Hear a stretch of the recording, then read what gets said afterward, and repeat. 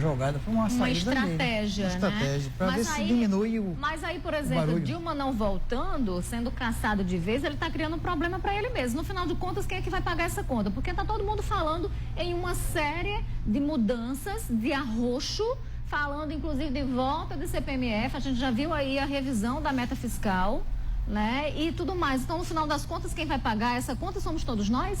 O pobre, principalmente? Sem qualquer dúvida, não é? Que os impostos são nós que pagamos, portanto, essa conta será paga por todo o povo. Não resta dúvida, tem que ser assim mesmo, é assim que as coisas funcionam, não é? Agora, não é só esse o problema, há uma série de outros problemas que o governo está enfrentando. A situação é difícil.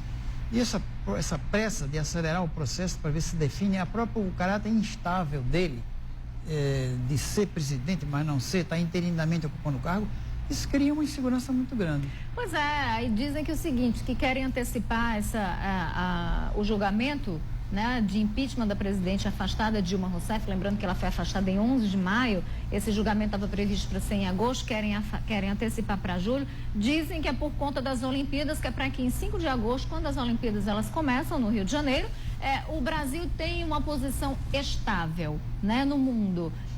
Essa explicação, sinceramente, a mim não convence. Me parece muito que é justamente para abafar. A gente viu aí o Gurgax e o Romário, senadores que disseram que vão mudar o voto. 55 senadores afastaram Dilma. Precisava de 54 e precisa de 54 nessa segunda etapa.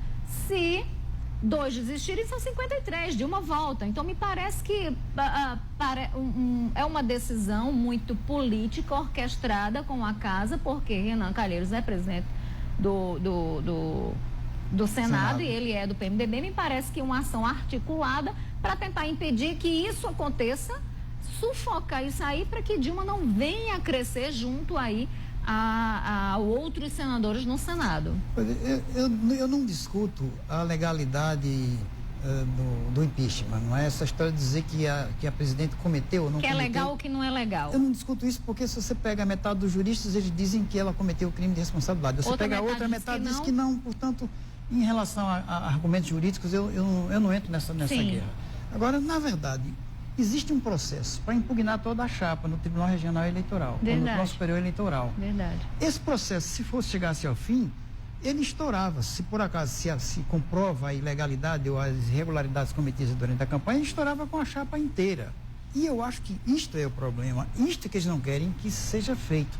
Porque isso põe fora do governo não só a Dilma, mas também o Temer. Claro. E todo esse assoldamento para acelerar e resolver o problema do impeachment da Dilma tem por trás de si essa sombra. Mas, professor, se a gente seguir esse raciocínio, então, por exemplo, o PSDB não gostaria que o julgamento fosse antecipado, porque o PSDB também gostaria de chegar aí à presidência da República e está ali juntinho com o PMDB, mas pode saltar dessa aliança que não é formal, mas ela existe de uma hora para outra. Então, por exemplo, isso contrariaria o posicionamento, as intenções do PSDB. Sair a chapa inteira não contraria, eu acho que é bastante positiva para o próprio PSDB. Se a chapa for cassada, pode até as eleições serem anuladas e fazer novas eleições. Mas aí a antecipação não beneficiaria Dilma, o PSDB? Por que não? Eu acho que beneficia. Teria outra.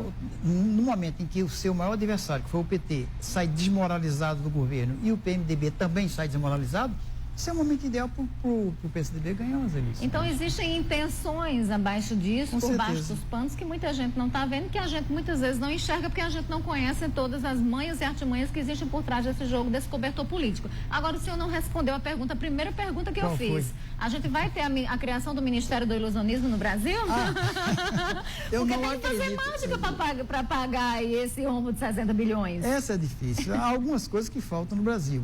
Então, esse ministério é um deles, mas há uma outra coisa que eu também falo sempre, que são as bancadas, né? Existe a bancada da bola, a bancada da Bíblia, a bancada da bala, a bancada dos ruralistas, só falta uma bancada, que é a bancada do povo.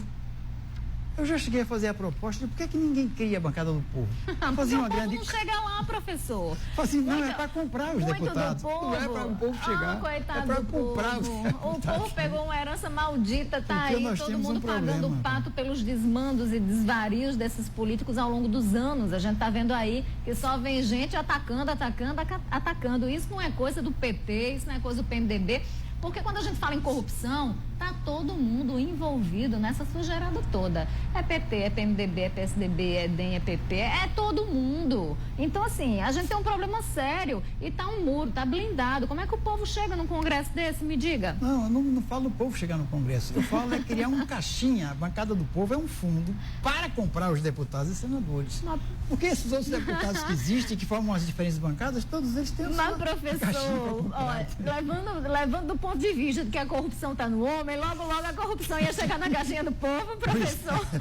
Olha, a gente ri para não chorar, mas infelizmente, é a realidade. A gente tem que mudar conceito, a gente tem que mudar visão, a gente tem que mudar tudo isso. Porque, na verdade, o Congresso que lá está é consequência, é reflexo do momento vivido hoje pelo povo. Eles estão lá porque a gente votou, ou a gente votou porque queria, ou votou porque não tinha opção, ou votou porque pagaram, mas a gente, de fato, votou.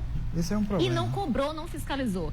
Eu espero que todo esse momento político que a gente vive, político, econômico, é um momento muito tenso, inclusive coloca em xeque a questão da moralidade, da ética, que a gente precisa estar atento a tudo isso. Eu espero que sirva de alguma coisa, pelo menos, para que nós aprendamos a ser mais vigilantes com o nosso voto e principalmente com aqueles a quem colocamos no poder, porque a gente dá para essas pessoas o direito de decidir pela gente, né? E essa questão da vigilância e a questão a nossa responsabilidade, ela não acaba com o voto, a gente tem que ficar cobrando, então a gente tem que ir para a rua sim, vamos para a rua, vamos voltar a bater panela, mas vamos voltar a fazer isso querendo a moralização desse país, querendo mudar aquela coisa que está ali em Brasília, porque o negócio não está funcionando, ou a gente implode Brasília ou a gente muda ou então o negócio não vai dar certo, professor. Brasília é muito bonita, não vale a pena implodir não, o problema está na concepção, no sistema eleitoral que nós temos, no sistema partidário, isso aí que tem que sofrer uma grande modificação. É isso aí. Modificação que não será feita jamais se partir de dentro deles próprios.